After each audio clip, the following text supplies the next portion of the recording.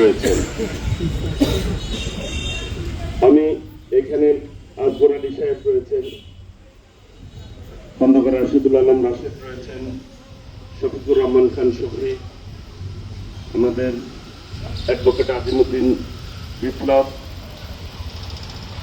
সাহেব, যুবদল কেন্দ্রীয় সাবেক নেতা, আমাদের শাহিন ভাই গারিন্দা ইউনিয়নের সৈয়দ শাহিন, সভাপতি সাধারণ সম্পাদক জুলফিকার এবং আমাদের হাবিব ভাই সহ যারা এখানে দায়িত্ব পালন করেছেন সকলকেই, বিএনপি, যুবদল, ছাত্রদল, স্বেচ্ছাসেবক দল, শ্রমিক দল, তাঁতি দল, সমস্ত যারা দায়িত্ব পালন করেছেন তাদেরকে আমি আন্তরিকভাবে ধন্যবাদ জানাই, মোবারকবাদ জানাই।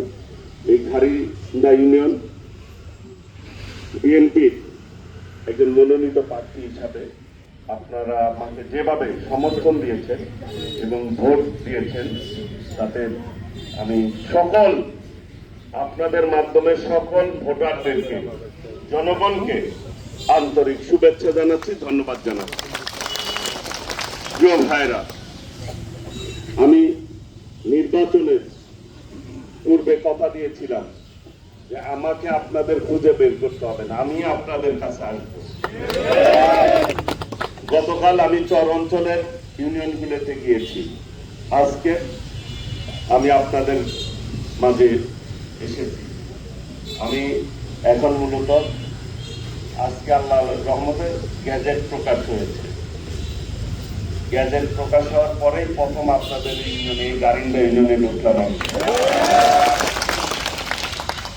আলহামদুলিল্লাহ, আল্লাহ সমস্ত কিছুর মালিক আল্লাহ রাব্বুল আলামিন। কাজেই এইখানে আমার হয়ে আপনারা যে পরিমাণ কষ্ট করেছেন, রাত জেগেছেন, মানুষের কাছে ভোট প্রার্থনা করেছেন, সেই শ্রম, সেই আন্তরিকতার প্রতিদান আমি হয়তো দিতে পারবো না, কিন্তু আপনাদের সুখে দুঃখে যে কোনো সময় আমাকে ডাকবেন, আপনাদের পাশে আমাকে পাবেন। জনগণ আমাকে আপনাদের কথা, আপনাদের শ্রমে জনগণ আমার উপর আশ্বস্ত হয়ে তাদের একটা প্রত্যাশা আছে আমার কাছে, তাই না? আমি সবসময় বক্তব্য বলেছি, আমি কয়েকটা জিনিস আমার নেতার কাছে দাবি করেছি, তাই না? এই গারিন্দাতেই উনি প্রথম মিটিং করেছেন, আমার জীবনের প্রথম মিটিং, সেই ঐতিহ্যবাহী গারিন্দা ইউনিয়ন। আমাদের টাঙ্গাইলের সাথে, শহরে যারা আমরা থাকি তার সাথে সবচেয়ে যোগাযোগ বেশি আপনাদের, কাজে নিজেদের ইউনিয়ন মনে করি। আমি যে উন্নয়নের প্রতিশ্রুতি দিয়েছি, আল্লাহ রহমতে প্রত্যেকটি প্রতিশ্রুতি আমি বাস্তবায়ন করবো ইনশাআল্লাহ, এবং এই এলাকার যুবকদের জন্য বেকারত্ব দূর করার জন্য আমি সর্বোচ্চ পদক্ষেপ নিব ইনশাআল্লাহ। আমি একটি করে বুথ, প্রত্যেক ইউনিয়নে কিন্তু আমার একটা করে কল সেন্টার, বুথ সেন্টার থাকবে, টেলিফোন, যে কেউ যে কোনো সময় আমাকে ফোন করলেই পাবেন ইনশাআল্লাহ। কাজে কারো ভায়া মিডিয়া আমার সাথে যোগাযোগ করা লাগবে না, যে কেউ যে কোনো সময়। ইউনিয়ন পরিষদের পাশেই ওটি স্থাপন করা হবে। আমি শুধু বলতে চাই, আজকে প্রথম যখন আমি নির্বাচনে দলের কাছে মনোনয়ন চাই, তখন কিন্তু আমি ব্যক্তিগতভাবে পথ চলেছি। দল যখন আমাকে মনোনয়ন দিয়েছে তখন দলের প্রতিনিধি হিসাবে আমি কাজ করেছি। এখন আমার দলের নেতা কর্মীরা সবাই মিলে আপনারা কাজ করেছেন, জনগণ আমাকে ভোট দিয়ে নির্বাচিত করেছেন। এই 4,65,000 ভোটার সবাই আমাকে ভোট দিয়েছে নাকি, এবং সকলের এমপি আমি। সেই হিসাবে সকলের নিরাপত্তা দেওয়ার দায়িত্ব কার? আমার। এবং কর্মী হিসাবে সেই জায়গায় দায়িত্ব পালন করা দায়িত্ব হচ্ছে আপনাদের নাকি। কাজেই কে ভোট দেয় দিছে, কে দেয় নাই, এই নিয়ে কোনো বিতর্ক আপনারা করবেন না দয়া করে। সকলে মিলে ইউনিয়নের সর্বস্তরের জনগণের শান্তি প্রতিষ্ঠা করতে হবে আমাদেরকে নাকি।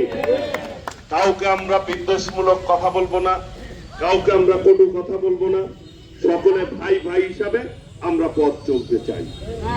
এবং এই গারিন্দার আমি একদিন বিএনপি অঙ্গ সংগঠন সবাইকে নিয়ে একটি কর্মী সভা করবো আমি সারাদিন ব্যাপী ইনশাআল্লাহ।